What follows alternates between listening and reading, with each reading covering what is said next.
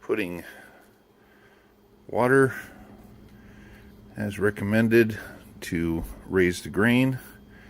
I don't have a heat gun, so I will be using my wife's hair dryer, which she's not too happy about, but all in the name of school, correct? So here we go.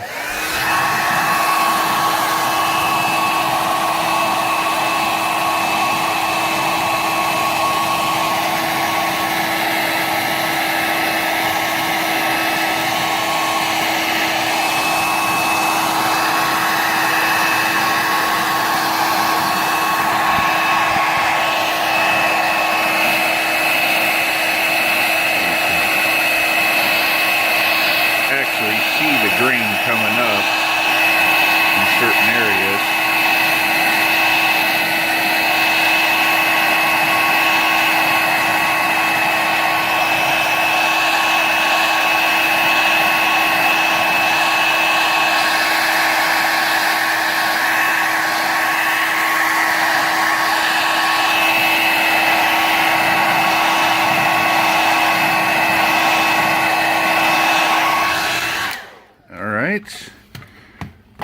So you can actually feel areas where the grain has been raised. So we'll move up to 150 grit and we'll keep going on up until we hit 220. Okay, so we've raised the grain and sanded it down with both 100 and 150 grit.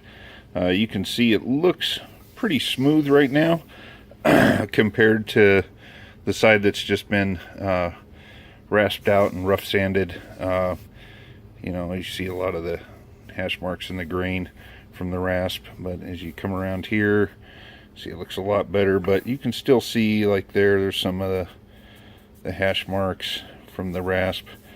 So we're going to continue to raise the grain and sand this down until we get a nice smooth product.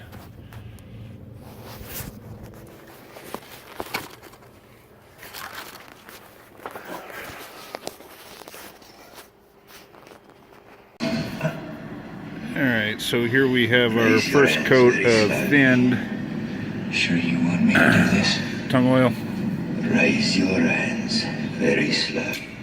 I'm kind of rushed for time because I'm already a week behind, but I normally don't like doing my woodwork like this, but I don't want to get too far behind in school because I was out of town either.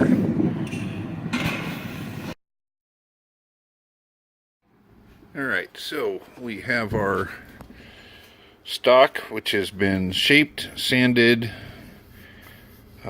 and treated with tung oil.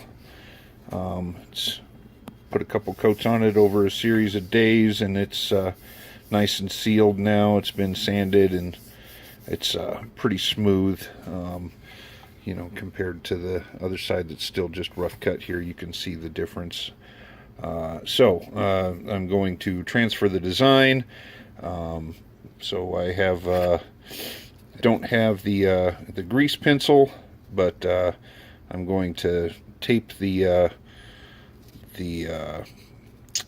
provided design to the stock, and I'll use the compass points to mark where my master lines go, and then I will use pencil or something to trace out the rest of the design. Once my master lines are established, I'll probably use compass lines here and here and here and here as well, to right there, to get all the lines figured out.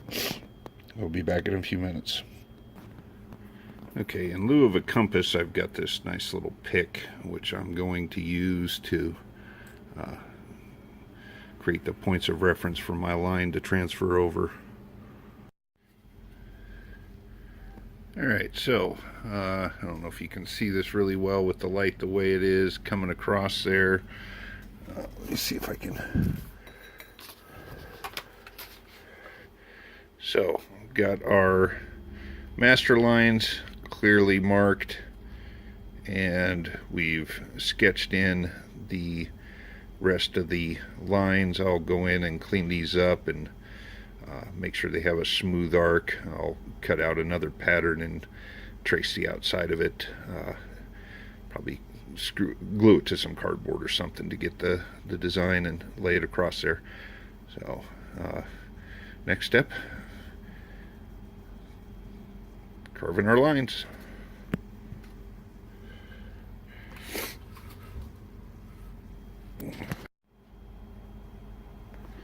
Okay, you can see we've got some masking tape here laying out our first master line. We use that as a guide to make our first cut.